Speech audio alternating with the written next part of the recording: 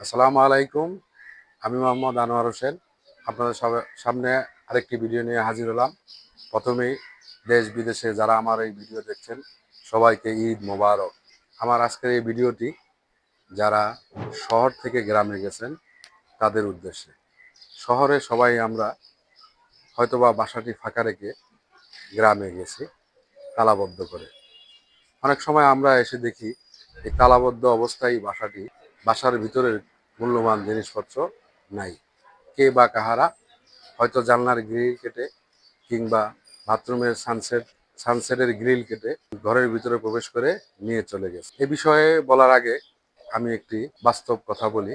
সেটা হচ্ছে, বেশ কয়েক বছর আগে আমরা ছোট্ট একটি বালক, যার বয়স 13, তাকে গ্রেপ্তার করি। তাকে গ্রেপ্তার করার কারণ কি? এই ছোট্ট বালকটি আমাদের যে বিল্ডিং এর পাইপ আছে বাথরুমের, এরকম পাইপ বেয়ে সে নিচতলা থেকে প্রায় 15 থেকে 20 তলা পর্যন্ত উঠতে পারে। সে যখন দেখে কোনো বাসায় লোকজন নেই, তখন ওই বাসার বাথরুম কিংবা জানলার গ্রিল কেটে প্রবেশ করে এবং খুব সহজে অনায়াসে মূল্যবান জিনিসপত্রগুলো নিয়ে সে আবার সেই জানলার গ্রিল দিয়ে পাইপ বেয়ে নিচে নেমে চলে যায়। সে সময় তাকে জিজ্ঞাসাবাদে সে বলে তার 6-7 মাস এই 6-7 মাস চুরি করে।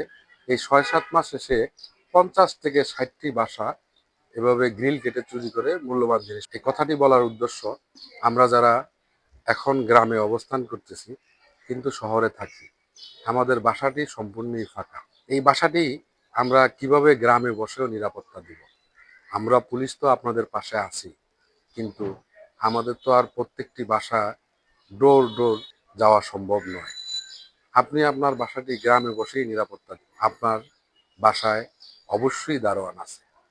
এই দারোয়ানকে আপনি ফোন করলেন, দারোয়ানের কুশল বিনিময় করলেন, দারোয়ানকে একটু কিছু দিক নির্দেশনা দিলেন। দারোয়ানকে যদি আরেকটু ভালো কাজ করা আশা করেন দারোয়ান থেকে, আপনি তাকে একটু বললেন যে তুমি তো ঈদে অনেক খরচ টরচ করেছো, তোমার একটা বিকাশ নাম্বার দাও। বিকাশ নাম্বারে আপনি তার জন্য 500-1000 যা মন চায় পাঠাইলেন। দেখবেন আপনার দারোয়ান অনেক খুশি হবে। এই খুশি হওয়ার পরে তাকে যদি আপনি বলেন যে ভাই, তুমি মাঝে মাঝে একটু ছাদে উঠবা, ছাদে ওইটা বিল্ডিং এর চারপাশে নিচের দিকে দেখবা, আবার মাঝে মাঝে গেটের তালা লাগিয়ে তুমি বিল্ডিং এর চারপাশে একটু ঘোরাঘুরি করবা। এরপর বাসার আশেপাশে যদি কোনো ছোট বালককে দেখো, জিজ্ঞাসাবাদ করলা, সন্দেহ হলে পুলিশকে ফোন